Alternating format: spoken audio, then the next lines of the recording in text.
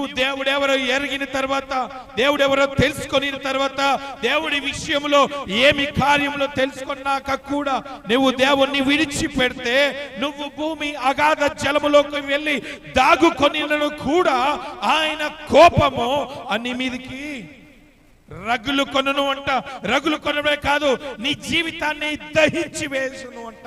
అది భూమి మీద దానిని పంటని కూడా కాల్చివేయును అంట. జాగ్రత్త. దేవుడు చెప్తూ ఉన్నాడు. ఈ దినము దేవుని చెప్పుకుంటూ ఉన్నారు. ఎంతమంది విధేయత కలిగి దేవుని విషయంలో ప్రార్థిస్తూ ఉన్నారు?